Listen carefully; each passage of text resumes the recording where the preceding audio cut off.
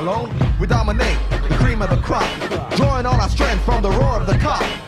It's all for one and one for all. Pass a new, we're talking total football. Here we go again, Roy's red machine. Liverpool, the greatest team the world has ever seen. Hello and welcome back to the Liverpool Groove. Just like old times today, just me and Jay. It's been a while since it's just been the two of us, but we always have fun, don't we, lad? We do. Right, so we're gonna jump right into it. We've got a lot to cover. We're gonna start right back with Inter last week. Very, as you can tell by Jay's face, he's been waiting for this. Very different opinions on this. Judging by Twitter, I appear to be more slightly in the majority, but that doesn't always mean I'm right. But let's get your take on it first, because, as I say, very different opinions on the Inter game. Yeah, a lot of people were reactionary to losing 1-0 in a game. We could have scored 5 or 6. They had one chance, and it wasn't even a chance. It was a worldie of a goal that was out of nowhere. The balls fell to him lovely. We've hit the bar twice, the post. One cleared off the line.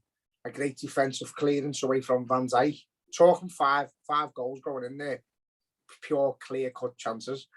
And people are moaning at the way we played. I can't get my head around it. I thought we let them have the ball a bit too much for the first 10 minutes. Then we took complete control of the game. Complete and utter control. The second half, we came out and went up a gear for the first 10, 15 minutes of the second half. We were pressing them, making them make mistakes, winning the ball high up the pitch and getting in behind them. Never made too many clear-cut chances, but I think they had one shot on target over 2 legs. So how anyone's complaining about our performance over the 2 legs, I can't understand. On another night, Liverpool beat them 5-1. And it's as simple as that. Just obviously disappointing to lose the game at Anfield. But again, I was never in any doubt at all. Like I was saying about the Norwich game in the Cup, when they scored, I think they had one chance straight after again, like Norwich did. But I was never in any doubt that we were going to concede again. I just thought we were comfortable. Yeah. For me, don't get me wrong, I do agree with what you're saying in that regard. We played, I just think, when you compare how we played in the first leg to the second leg, I think they were not worlds apart, but I think I thought we were very sloppy in the game. I thought we were giving the ball away needlessly a lot. And I think what it was for me, I felt like they didn't have as many chances as us yet, but I think they were more efficient with the ball when they had it. I mean, don't get me wrong, they had to be because they were losing, obviously, but I just think that made them look better than they actually were on the night. I just think they were getting it forward quicker. They were creating these half chances more than we were creating half chances. Yeah, but look at the chances we actually had, lads. We could have scored. We literally, and it's not like saying we could have scored 5 goals. An inch here and there, we've scored 5 goals. But remember when we needed to draw with Chelsea at Anfield to be favourites to win the league under Rodgers? Yeah. We went gung-ho. Yeah. And we all complained. Rodgers cost us the league. Klopp just sat back. He just took possession. He just took control of the game. That's what you need to do in them games. That's what Rafa Benitez used to do. Control the Champions League tie. We're not used to being like winning going into the second leg. We're used to these big famous Anfield nights where we need the crowd to get a result, and we never. It was done. It was done in the San Siro. We knew we were going through. I think that might have affected the players a little bit, where they felt a bit too comfortable, and that's where the sloppiness has kicked in, and we were giving the ball away in that. But I think everyone, there was not a nerve. I knew we were beating Inter Milan. Just did. So I think, I said that last week, sometimes when you are playing well and you're winning comfortably, or you're going into 2 legs with a comfortable lead, sometimes it affects the atmosphere, it affects the players. It all seems a bit too easy, a bit training like, and we don't do well in them type of games. We've got to be underdogs. You've seen it twice this season: 2-0 up against Brighton, cruising 2-2; 2-0 up against Chelsea, cruising 2-2. We're not good at being the main in the leads. Basically, we're better off chasing a game. Yeah. Getting beat 2-0, I'd always think we'd come back and win, but leading 2-0, I'm not comfortable. But in terms of 2 legs, It's weird, isn't it? Like, I think just felt we were always going through. 2-0, yeah. I agree. I didn't think the tie was ever in doubt, don't get me wrong. I just think from the way we were playing, it seemed lackluster in comparison to previous games, and I think that's what was my issue more than anything. But 2-0 for us, you're right, it's a weird score. Like, we're probably the only fucking world-class team in the world where 2-0 isn't comfortable. I'm more comfortable with us at 1-0.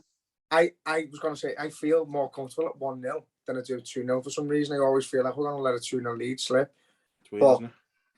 So I think, comfortable against Inter Milan, barring that free goal, world of a goal. Even little things that benefited him. When he's knocked it, it's bobbled. Yeah. And when he's hit it, the bobbles favoured him. Now I've seen Van Dijk's defending getting criticised, saying go through him. What he done all game though? If Van Dijk commits to him there, he has to play the ball a yard in front of him, and Van Dijk can't touch him. Yeah. If he touches him, it's a penalty, and if he doesn't touch him, he's 1-on-1 with Alisson. He's a rapid player. He done what he could. The only thing he could do was to make him shoot in the far corner, and he did. Yeah. And what a was fair play. You got to be a good player to pull that off, and he is a good player, to be fair. Lautaro Martinez. He won't do that. He won't do that ever again. Maybe not. But I mean, for me, that's just how Van Dijk defends anyway. He doesn't commit. He steps off and steps off. You've seen it all game. The only reason he shot is because he thought to himself, I can't get past him. I'm done. I give up. I'm just going to shoot next time. And he did, and it went in. That's all it was. So you can't criticise Van Dijk's defending at all for me there. Speaking of defenders, just going ever so slightly off topic, Joel Matip, player of the month. I mean, yeah. Remember last season we were talking about, like, is it the right thing to do to keep him because he's always injured and that? And since then, like, he's been managed brilliantly. He's playing like 6 games, then he's having a rest, and then he's playing again. As I've said it all season, he's right up there with Van Dijk at the minute. He's one of the best defenders in the world. I've seen people putting on Twitter like, I don't know how he's won player of the month. All I ever see him do is give the ball away. I was like, are you mad? Like, are you blind? I've never seen him get tackled. He's a freak. The only thing I've ever really criticised him on a little bit this season is when he does that like half-assed chant trying to block a shot and it ends up deflecting and going in, you know what I mean? He's done that a few times this season, but other than that, I don't think he's put a foot wrong hardly all season. So even that, I don't think it's half-assed. I think there's only so much you can do with a shot coming at you. You've got to just lift your leg or not. I think he just looks that type of player, though. He doesn't look like he puts any effort into anything. Well, yeah, maybe it's that. Looks funny. He's just boss. But I do think he's been brilliant. Like the likes of him, say that T-shirt I've just brought out, colossal, is credit to him, Van Dijk, Kanate, because the three of them just they could challenge each other for ability-wise. They've all got different parts of the game. Just a lot of them are brilliant. Do you feel for Joe Gomez in all of this? No, I don't. Unfortunately. It sounds horrible. He was brilliant when we won the league because Van Dijk was at the peak of, he was at a point to prove he was the best in the world. And I think Gomez was learning off him in that. I've said to you a number of times, when Gomez does his best defending is when he's chasing his own tail because he's made a mistake. To give the ball away, he's having to chase back. And if he never had a speed, I don't think he'd be anywhere near our football club. I don't think he's a great defender. He played recently at right back and I thought he was brilliant. Yeah, he was very good. He played, so it's not like I've got anything in for him. I just, when you stand him next to Matip, Kanate and Van Dijk, there's no... I even said last season I'd put Phillips ahead of him. Yeah, you did, to be fair. In terms of defending ability. You can't play right back because you lose too much going forward. But he seems better defensively as a right back than he is a centre half. Yeah, he seems more comfortable. Because he's only got the one man to focus on, kind of thing. Yeah, like one-on-one defending, he's sound. But his positioning and that, a number of times, I feel like he gets caught. But fingers crossed, it's just been a case of, because it's all been since his injuries. Yeah. Before his injuries, never had a single issue with him. He was brilliant. Yeah, a lot of bad luck. You know, if he's happy to sit on the bench and be used like a Phillips and a Williams and play cup games and try and get himself into the team, then so be it. But he's not getting anywhere near it with them three. would you keep him as more of a right back alternative, knowing how good he did play at right back the other week, and maybe then bring in possibly another centre half if Phillips isn't going to stay? I can't see Phillips wanting to stay much longer if he's not getting any game time. Williams needs game time at a decent level if he's going to progress better. I think them two are probably going to leave. So if we're going to keep Gomez, is it right back or is it centre back? What would it's both, isn't it? It's versatility. So it's like with Milner, like he's a fucking left back, a right back, a centre back, a centre mid, a right mid, a left mid. He's everything. He quarterback, goaltender, a fucking front centre in basket. He's everything. F1 driver. Area, has he? What? No, F1 driver. Yeah, he just hasn't got a designated position. He has. Well, he'd have a preference. Now, Centre mid. Centre half.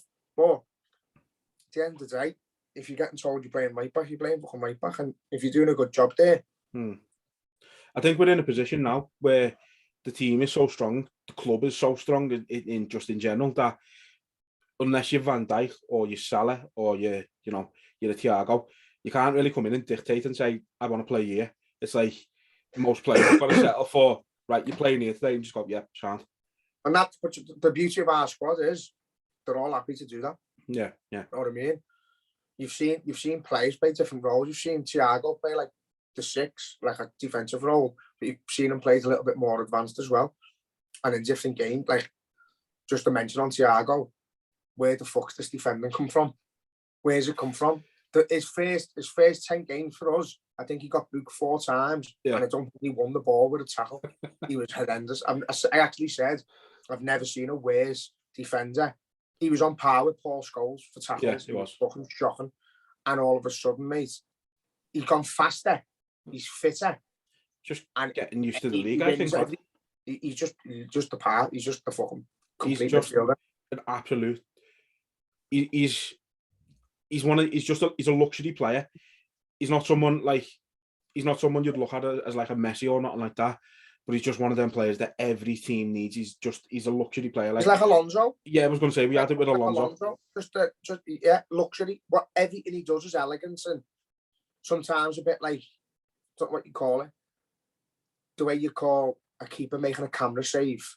He does like camera passes. He does every like no look passing and step overs when there's no one within 20 yards of him. Switch and play like without looking at it. It's just he's just brilliant. It's elegance. That's what you pay your money to go and watch the footy for players like him. Absolutely. You could sit. Remember when you used to do the player cam on Sky? Yeah. You could. He'd be the one you'd watch him. Yeah, he'd be the one you'd choose, wouldn't he? He's brilliant, but I say defensively, he's gone right up there. I think every part of his game has improved so much, though. As I say, he's finally, all right, he's still getting the odd injury here in there, but largely compared to last season, he's getting a better run of games. He's obviously adapted to the league now. He's adapted to our style of play properly, and you're seeing, 20 mil. What's that nowadays? It's fucking nothing. Buttons, isn't it? So to get a player like that for 20 million, he's phenomenal. He's brilliant. He's fantastic. One thing I'm going to say, because we do criticise players a lot when they're injured, is that they don't choose to be injured, and that's something we need to learn as fans. That I've done it myself. We've criticised Matip and said, can you keep him? Don't get me wrong, if they're injured constantly, and you're paying them a wage every week, and they're not playing, they're not contributing, then you'll have to have the talk. Is it worth keeping? But that's not for us to do. We've just got to support when they're on the pitch. But like Curtis Jones, Keita, Oxlade, Thiago, there's 4 really good centre mids there that if we can keep fit, it's going to be massive for the end of the season. Yeah. Curtis Jones, just want to touch on him. I think he's been really good lately. I think, I can't remember what game he was, where he come off at half time. Best player on the pitch for that half. I think it might have been the FA Cup Norwich game. Took a knock there, had to go off. But best player on the pitch by a mile that game. I've sort of, I wouldn't say criticised them a bit this season, but I've questioned them a little bit. I think for me, looking at him at times, he wants too much time on the ball and he gets caught out more than the other midfielders. I don't think he's got that urgency, but I don't think it's nothing to do with his ability. I think it's because he believes in his ability so much that he's like, right, I've got loads of time on the ball here. Oh shit, I haven't. You know what I mean? Yeah, I'd agree with you. I think It's mad though. I think it depends on the level we're playing against. When we're playing against, say, the top 10, I don't think he's as confident. I think remember when Jordan Henderson came in, and it was the same with everyone. Everyone had just passed the ball to Gerrard. If he was 10 yards away, he'd pass it. If he was 2 yards away, it was just get the ball to Gerrard and let him take the fucking reins. Curtis Jones is very much like that when we're playing a good side. He doesn't want to be on the ball, he just passes it. But when we're playing against teams he's comfortable against, he'll take 3 men on. He'll shield you, he'll get across you. He's one of the best players I've ever seen for cutting across a player to get a foul. He does it all the time. He shields the ball and then he goes the way of the defender, so he gets brought down. He's dead good at it. But again, how old is he? 22? 21, 22, yeah. 22. So he hasn't had a lot of game time. He's had some decent moments. He scored a few goals, including the Everton goal a few years ago, but just got to be patient with him. Can't expect the world off him. He works hard. I think he had a few games ago, he had like 10 minutes where he gave the ball away a lot. And then he just come into his own and he was sound. So hopefully he can crack on, but he does need game time. I think we discussed the other week, if we're going to keep Oxlade and Keita's fit and Thiago's fit, Henderson, Fabinho, you've got Javier who can play centre mid as well, then you are looking maybe using Curtis Jones out wide. I like him on the left, mate, because he cuts inside onto his right foot. That's what he does. But then you've got Diaz and Mane. You've got no chance.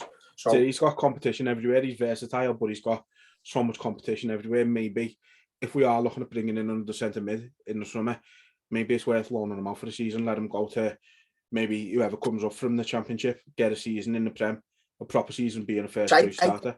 I think he'd possibly be a bit too good for that level, though. I think he could do it going to someone like a Villa. Maybe. Imagine him a Villa or someone. Yeah, especially if they end up keeping like Coutinho or something, like getting to learn off him for the season won't make work wonders for him. Because he's similar like that. He's tricky, he's quick, he turns fast and he's dead agile. So he will be a good player. Whether he makes it to the pinnacle of our level, I don't know, but it's just one of them. We're gonna have to wait and see. But there's no rush for him. He's 21. No. Just wait and see if he flourishes at us. It's hard for players like him when you've got players like Arvielia, who is an instant fucking god on the cop. Not a god, but everyone just loves him. Yeah. Everyone just loves his attitude and all that. He very much keeps himself to himself. He's dead open about how much he loves the club. We know Curtis Jones does, but it's not. Sometimes it's nice hearing it from someone who's not from here. Yeah. He's dead honest and open, and everyone just wishes him to score every fucking game he plays. Yeah, definitely. But it must be hard when he's thriving, getting the support from everyone, and Jones is probably sat there thinking, fucking hell, that should be me. Yeah. But again, it's good competition to have, good player to have in your squad. So see how we go. Absolutely.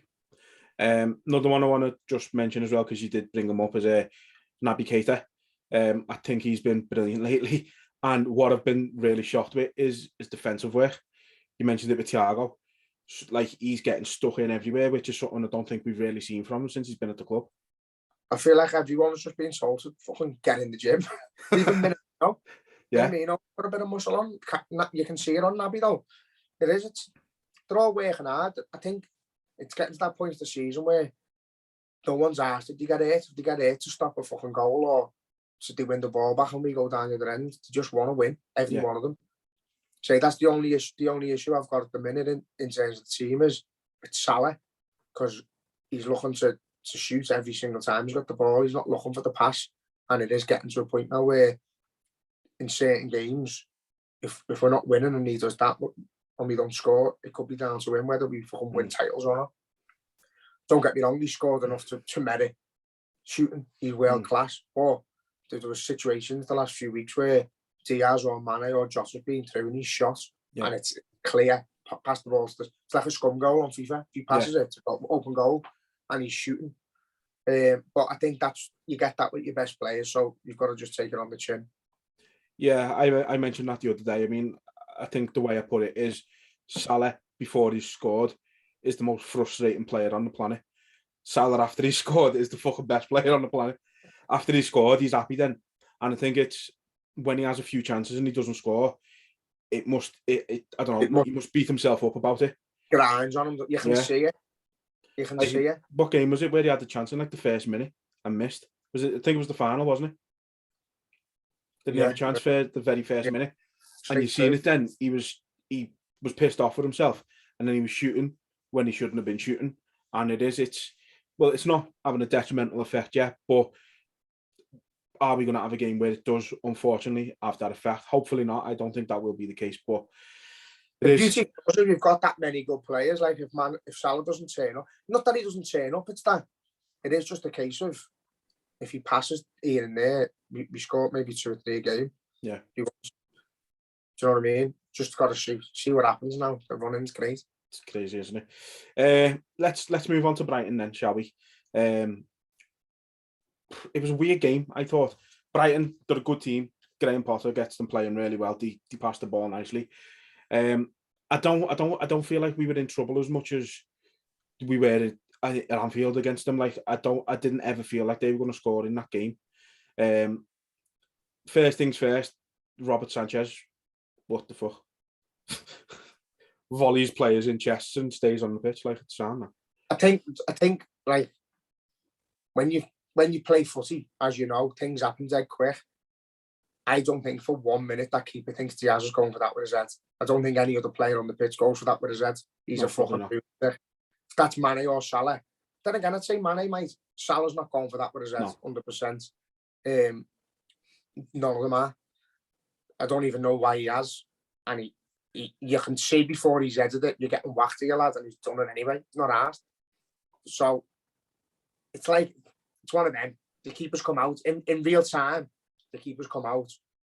I don't think he's ever intended to hit him. I think he's thought, I'm coming out with my feet here. He's not going to stoop down to that fucking ball. Oh, wait, yeah, he is. And then it's too late. He should have been a red card. I think Carragher put, sometimes they class the goal as enough, don't they? Yeah, I said exactly that. It's fucking harsh. It's harsh. If for instance, if he'd have made a fucking great save and they'd have scored, then you're saying, well, a goal's not enough, is it? No. But at the end of the day, it is. It's a fucking thankfully. Penalty. Should they give us a goal and a penalty? And a Well, that's it. I said exactly that. I said he won't get sent off because we've scored. If it had gone wide, he'd be off and it'd be a penalty. Yeah. And I think that was what they were looking at. Well, I say that, and I'll get to this in a minute, but I thought he would have been saying, well, they've scored. If we say he's fouled him and it's a red card, then we've got to chalk the goal off and give a penalty, which they might score anyway. So what's the point? Is the way I thought they were looking at it. But then I seen that Stuart Atwell, who apparently I read is the UK's like fucking pinnacle of the VAR refs. He's the one who they turn to when you need a decision. He's the one that they'll put forward for World Cups and stuff like that. He couldn't find an angle with VAR that showed that Robert Sanchez connected with Luis Diaz, and that's why he didn't send Mike Dean to the camera. Shut up. That's what I read. It's like the Everton one. Man City, there was no evidence of handball. So no clear and obvious evidence. Yeah, no evidence of handball except for the part where he was playing volleyball. 2 points. Liverpool at top of the league. Yeah, exactly. And it's season defining. Then 2 points. And Everton are only 2 points above the drop zone then. Exactly. No, but it's like, what are we dealing with? Like we've spoke for since last year with how bad refereeing is, and to be fair, we were blaming VAR at the time. VAR isn't the problem, and it's getting clearer and clearer every week. VAR isn't the problem. The VAR is just there to show more angles, and if you're a referee and you're looking down and you can't see, oh, he's kicked him in the chest there. If you can't see that, you shouldn't be refereeing at any level of the game. Kicked him in the chest there. It's mad. I can't understand it. There's been a few again. It picks up a lot. And then it was as if to go, no, fuck this. This is getting too good. Fuck it. Yeah. Football went back to being football. You were celebrating goals. It never felt like it was going to get taken away from you. And then you'd look at your replay before it went to VAR and you go, oh, he could be offside here. Which you would anyway, because the linesman would have his flag up and you go, all right, the linesman's flag's gone up now. Fucking 30 seconds later. But that's it. I mean, that's still, we know that's dangerous. Like, VAR, I'm just starting to think, it's corrupt. There's something somewhere. Someone's paying someone brown envelopes everywhere for points. Yeah, it's crazy. It's some of the mad ones we've had given against us over the years, and the stuff we haven't got, the goals we've had disallowed. Again, season defining. But the last few could have been. They really could be. Yeah, they could have been. But let's hope not. No, hope, fingers crossed. I mean, outside of the VAR shit show anyway, I thought overall we controlled the game quite well. Deservedly got our second goal from the penalty spot. Cleared an obvious penalty. No complaints can't be any complaints with that. But I thought we controlled it well. It was probably one of the only games this season where I thought, like we said before, 2-0 is normally a dodgy score. It didn't feel like that with that game, I didn't think. Well, I zoned out a little bit. I was a bit. Yeah, I did. It was a bit. I don't know. It just felt like before it didn't. I was on a rewire, so we were watching on our phone and that, and then I got on for the second half, and it was just a case of, again, there's just no worries at all. But now it's getting to that part. Don't get me wrong, we need to win every single game. Allegedly, we need to win every game, and it's I'm not as nervous for our games as I am for City's. Now, yesterday, I felt sick. Nearly vomited in my own mouth every time City went near the Palace box. Knocked me sick. It was fucking horrible. But I haven't been like that for the Liverpool game. I feel like we're always going to just come through. Yeah, and I need to stop it because there's going to be a banana skin somewhere. I've said it. Don't get me wrong, if I'm proven wrong and we win all our next games, happy fucking days. Can't see it. But he also said I can't see City winning all their games. And look at one of us had the potential to win every game. We both couldn't. But I personally think we'll beat them. But I think they're going to lose another game as well. Yeah. I do. I honestly do. They got there. We've got a few tough games. I can see us possibly dropping like 6 points somewhere. We might lose one and draw a few, but to be honest, outside of City, the only one I'm really worried about, and I was speaking to like a customer in work today, is Newcastle. Like the momentum's on their side, and even though they got beat against Chelsea at the weekend, Chelsea had to cheat essentially. VAR had to, cheat them out of a point, and they had a good few players missing as well. So Newcastle are playing really well. Like I said, there's one thing you can't substitute in football: it's momentum. The likes of Newcastle, though, they'll come at us. They won't sit there. No, they will come at us, and we'll fucking tear them apart. We'll put 4 or 5 past Newcastle. Wouldn't doubt it. That's the thing. Teams like Burnley and that, who are going to sit in and try and frustrate us and try and get a point to them is fucking vital. And like it happened yesterday with City. City were desperate for them 3 points. Palace were happy with 1. But every time City got that desperate, they just twatted the ball over the top, and in comes Zaha or that Matip, whatever his name was. Yeah, Matip. Yeah. And they were fast. They looked dangerous on the counter-attack, Palace. I think we've still got to play Palace. Yeah, I think we have actually. Yeah. So we've got Tottenham, we've got Man United, we've got Everton, got City. It's fucking hard. And then we've got our running's a lot harder, but then we've also got the other half of the table where it's the bottom fodder. Do you know what I mean? Yeah. So the fixtures are hard. I just think at this moment in time, I can touch wood, the difference between us and them is a striker. Yeah. And I'm just hoping that the likes of the games against Palace yesterday, don't get me wrong, City could have scored 4 or 5. I'm not gonna doubt that and say, they could have went either way.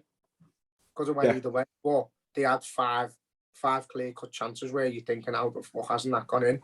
But then Palace had a few themselves. Yeah. Credit to Palace though, they were great defensively. Yeah, they were. I think, the keeper made a few great saves. The one who stood out for me was that Schlupp. Like, I just kept hearing his name and he was winning the ball. He was everywhere. He was brilliant. But that's what these teams have got to do. Right, and I hope we sign him, Gallagher.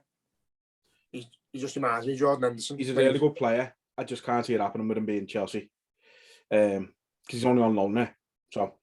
Oh, is he, yeah? Yeah, he's only on loan from Chelsea. And obviously he'll go back there on loan. From his loan, and then they can't sell him because of the sanctions. So it's just, but they wouldn't sell directly to us anyway. Let's be honest. Does he want to stay for no money though? He can't even get he might not have a chance. He might not have a choice. You might have to just fucking fold lad and start a pub team. Well. The Western are looking for players. You know what? Like, it'd be really sad if it wasn't Chelsea. But it's Chelsea, so who gives a shit? They deserve it, lads. Yeah, they do. Carragher put it right on the Monday Night Football last night. I'm not going to go through it all, obviously, but what he said was absolutely bang on the money. And he put it right. And even the Middlesbrough chairman today, so Chelsea have requested that the game against Middlesbrough be played behind closed doors to maintain the integrity or something like that. The Middlesbrough chairman's come out and that's it, yeah. And the Middlesbrough chairman's come out and said Chelsea haven't had any in sport and integrity for 19 years. Why start now? Exactly. It's fucking right. They bought what they wanted when they wanted. Even my dad used to round me up because he'd be like, they're fucking buying him because we're linked to him. And they did. They bought Salah because we were close to getting him. Yeah. Jose Mourinho bought him to prevent us getting him and didn't want him. Didn't use that's him. it. You look at the rivalry we've had with them for the last more or less 20 years when Benitez and Mourinho both come in at the same time, lad. They might not admit it. They hate us more than anyone in the league. Yeah, of course, yeah. We're their biggest, not obviously local rivals, but we're their biggest competitive rivals. And that's just because I think we've played them 647 times in the past 20 years. We just always played them. It was unbelievable. They become like Man United. It become a proper hated, a proper rivalry. And it was because, don't put the money aside, it was because they were a great football side. And so, and to be fair, when we weren't. No. We weren't. We were just a brilliant outfit. We just won when it mattered. Yeah, we won the semi-final, Champions League, won the FA Cup semi-final, won the fucking Community Shield. We won the ones that mattered and lost a lot of the league games. But now it's sort of the tables have turned a little bit. Obviously they still pick up the odd trophy here and there, like, but it's European Cup, World Club Cup. Yeah, odd trophy. I feel like we said the same thing there. But no, it's been. That was the first. I'd say that's the first rivalry we sort of got to see Liverpool a part of. Like Liverpool and United during like the 90s and the early 2000s wasn't like a proper rivalry because they were so much better than us. As much as you hate to say it. No, I'd say it was still on. It was, but we didn't because we were so young. We didn't get into it like we would have done. Oh no, you know what I mean? I hated Man United lads. I hated them, but like Chelsea was something else for me at the time. Chelsea was a football rivalry where big games, whereas we were only really playing them in the league, and 9 times out of 10 you knew it was going to fucking amount to nothing anyway, even if we beat them. Yeah, I know what you mean, but it was still a massive rivalry. Yeah, like, it'll always be. I've missed the days of Gerrard and Keane and the likes of fucking Ole Gunnar Solskjaer coming on for the last minute, and you're fucking shitting yourself. Carragher scored no goals. They were just horrible days, mate. But and now it's Harry Maguire. I know. He's my favourite player in the league, by the way. How's your footballer? I don't know. Like if he's Premier League level, I'm at least League One. And look at me. Like I'm at least League One if he's Premier League level footballer. It's a joke. 80 million pound, lad. It's like it's just hilarious. Like that shows how far United have fallen, really, done it. But that's another story. Let's look ahead to tomorrow then a little bit. Arsenal going to be a tough game. They've done things right, Arsenal, to be honest. I think they're getting back to that Arsenal that everyone just kind of had a bit of a soft spot for when Wenger was there. And what they've done well is they've stuck with Arteta. They haven't panicked. Last season, they were terrible under him, in fairness, and I don't think anyone would deny that. But they stuck with him. They let him buy his players. They let him get his way in there. And it's paying off because they're playing really nice football again. They're doing well. And, you know, with any luck, they'll keep United out of the Champions League next season. Hopefully, bro. Hopefully they're panicking after they lose to us tomorrow. But it's mad. It's when you've got players like Aubameyang there who are on that much money, it can be toxic. You've got other players. It sounds stupid. I know you're all in a job and you're all professionals, but what was he on, like fucking 300 grand a week or something? Yeah, and he was shit ever since he got back on. It's not that fucking good. It's since they started phasing him out, and it's since that stalker from FCTV got fucking done as well. He's gone, and all the toxics around the club's gone. And you have everyone. I used to hate Arsenal. I hated playing them because they were fucking brilliant. but you could watch them all day. They were a joy to watch. They're not at that level No. now, but they've got that look about them again. I think it's just They've got an identity. They haven't had an identity in 10 years. They look like a team now. Yeah, what it is, I think, is they've got rid of all the players with egos. You know, they were doing it wrong. They were buying players on massive wages because they were big names. Mesut Ozil, Alexis Sanchez, Aubameyang. These were all coming in on £350,000 a week. And yeah, don't get me wrong, Sanchez is probably the one you'd pick out there who was the exception because he was fantastic for them.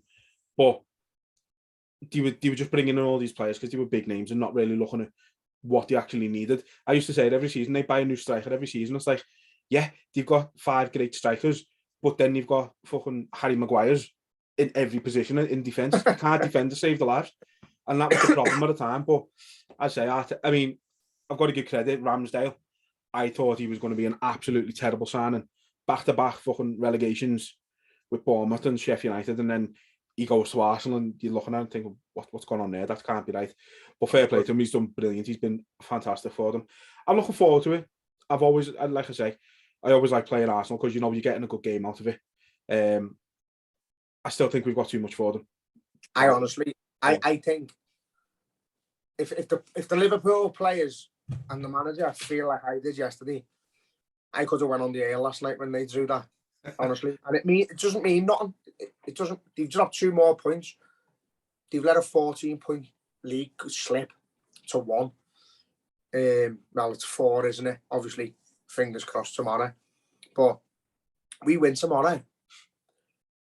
Beat Notts Forest, go to the cup, and then we beat Watford. We're top of the league before they play Burnley. Yeah, that is pressure. That's not pressure on us.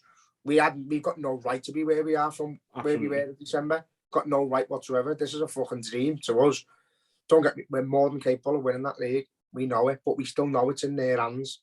If you're looking at the fixtures, I've just said there, we could drop between 3 and 6 points, but I fully believe they will as well. And I think we'll beat them. But looking at the fixtures, you've got to look at it and go, Man City away, it's a tough game. It's a tough. Do you know what? If it was like, if the fans weren't dog shit, I'd feel like it was a bit more nervy. But out of all of them, I think we'll do City. I think we'll slip up somewhere else, but I think they will. Yeah, I agree completely. Look, we haven't got the best record there in recent years, but we know it's always the toughest game of the season, especially at the Etihad. I feel like we play better against them at the Etihad, even if we don't come away with the win. It's weird. It's because our away fans as well, people who were going to the away games, who were turning up, like maybe 2,000 to the Etihad, will fucking scream for 90 minutes. That'll be unbelievable. If we can beat Arsenal tomorrow, it's on. It's on anyway. This is what I said. Is people are going, right, it's got bigger. It's got bigger. It's gone bigger in the sense that it's a bigger chance for us to pull the gap. But I think it gives us the capability to be able to draw a game. Yeah, definitely. If they'd have won yesterday, then we can't look at Arsenal and go, you know, if we draw away to Arsenal, a draw away to Tottenham, draw away to Man United or whatever. Tottenham's at home, innit? Is it? No, just as examples. All right, okay. If you draw in these games, 9 times out of 10 you go, and that's a good result there. Yeah. But because City are fucking juiced up gobshites and you win every fucking game, you've got to win 90% of your games. So it's dead hard. If they've dropped points and we can go, right, what I'm saying, if we draw and beat Man City, we're still going to win the league. So there's no pressure on us. Yeah. You know what I mean? The pressure's been off us for weeks, and somehow it's got to City. I don't understand how. But it's got to them. It's clear to see. Yeah, it is. If we close that gap tomorrow, they're like, do you see Bernardo Silva? You got asked the question yesterday about the performance, and he went, "It's still in our hands. We're still in a better position than Liverpool." And no one mentioned Liverpool. No one mentioned us. He had the worst game of his life as well. That comes. Sorry, what I was saying, going back on topic, was if them players and that manager felt how we all felt last night when they dropped them points, I can see us either getting ahead of ourselves tomorrow and it being a hard game or absolutely fucking pummeling them and destroying them. Like early, like 2-3-0, first half, going at them gung-ho and just being way too much for them. Because I think sometimes you get momentum from other teams' games. And I think that's what I felt like. That's what who was it that when Tottenham beat them? When Tottenham beat Man City, yeah, the whole of Liverpool just went up a notch.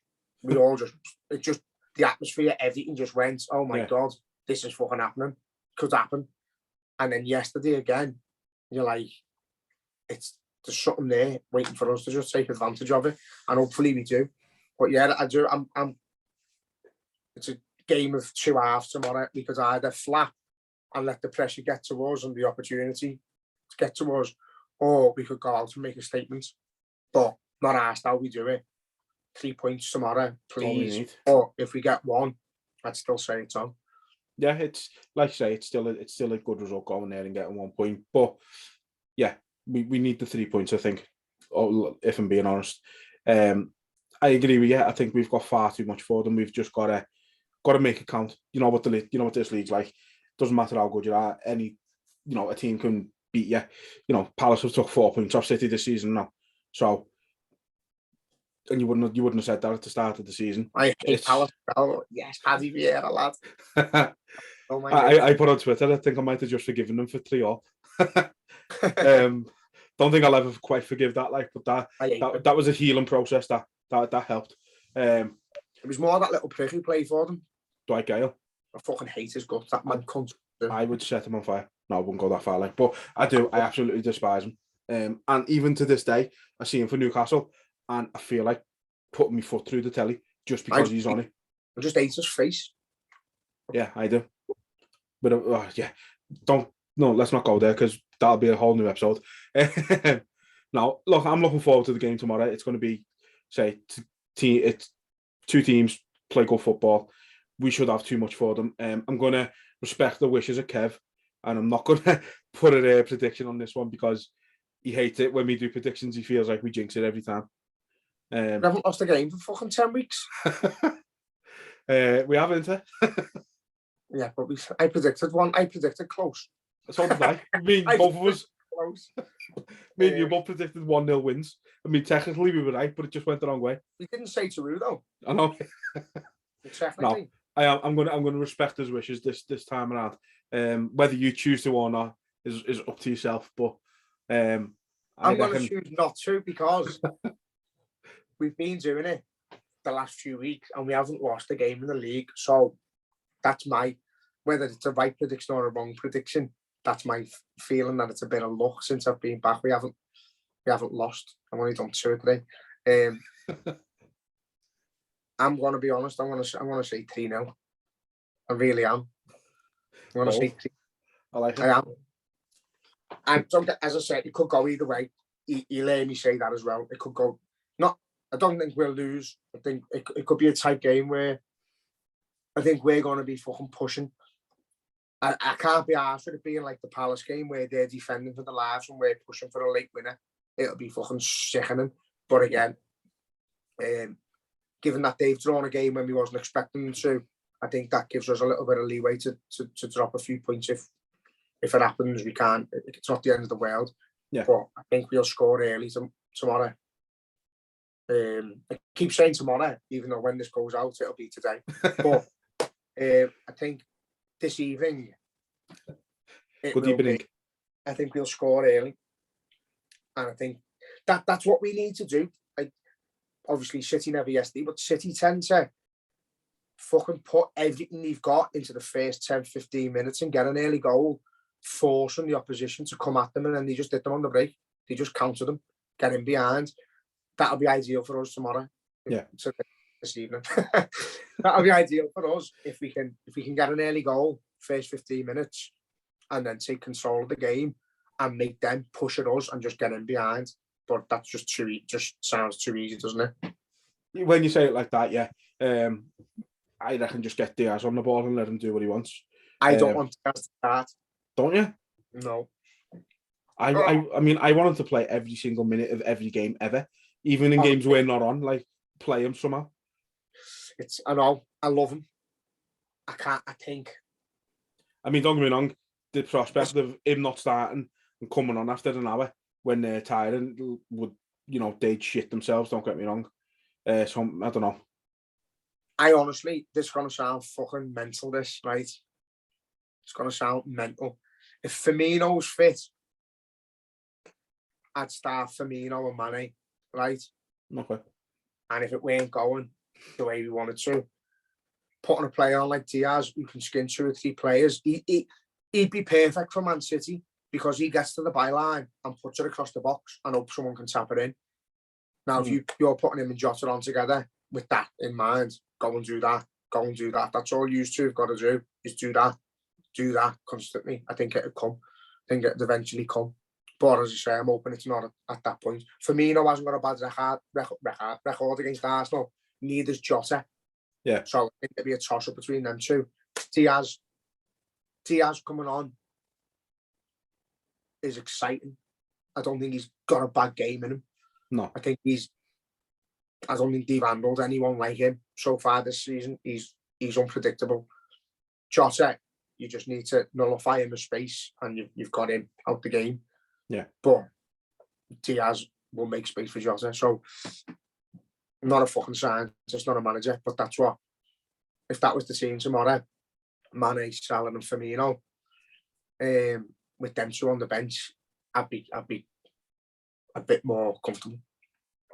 Yeah, I can understand that. Firmino, we all know what he brings. Like his hold-up play, the way he brings people into the games is unparalleled. There's no player in the world like him. He's not the most prolific, and he's not. He might not. Well, no, I was going to say he might not change the game. He's not the most. He's not a striker. Simple as that. He's not a striker. Yeah. He's not in it to score goals. Like I said, there's not a player like him in the world. And just what he brings is different to anybody else. So I wouldn't mind that myself. I mean, look, like you said, we're not managers. We're happy with whatever team gets thrown out largely. As long as Klopp thinks it's the right team, we've got a chance of winning. I'm looking forward to it. Like I say, game, 2 good teams, good football. Most importantly, hopefully VAR and the refs don't have to get involved too much because that'll just ruin it. But Jay's give his prediction. I am gonna honour Kev's wishes and not give my prediction of 3-1. I had to. Now, look, we'll leave it there for this week. We will be back similar time next week. Not exactly sure what day just yet, but it will be around this time next week. So tune in, and thanks everyone for listening and watching.